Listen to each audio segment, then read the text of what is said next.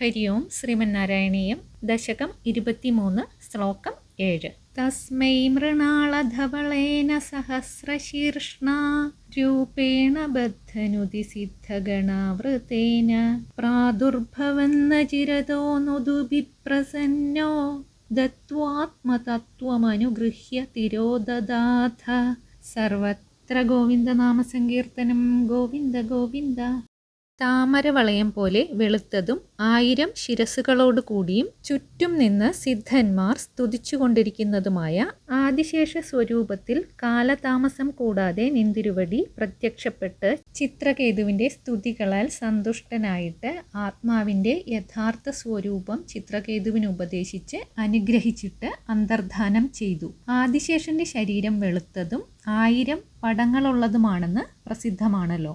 ആ രൂപത്തിൽ തന്നെയാണ് ചിത്രകേതുവിന്റെ മുൻപിൽ ഭഗവാൻ പ്രത്യക്ഷപ്പെട്ടത്. 4 പുറവും നിന്ന് സിദ്ധന്മാർ സ്തുതിക്കുന്നുണ്ടായിരുന്ന ഭഗവാനെ പ്രത്യക്ഷമായി കണ്ടപ്പോൾ ചിത്രകേതു അജിത ജിത സമമതിഭി എന്ന് തുടങ്ങുന്ന 15 ശ്ലോകമുള്ള വിചിത്രവൃത്തമായ ഒരു സ്തുതി കൊണ്ട് സ്തുതിച്ചു. അതുകേട്ട് സന്തുഷ്ടനായ ഭഗവാൻ ആത്മതത്വോപദേശം ചെയ്ത് മറയുകയും ചെയ്തു.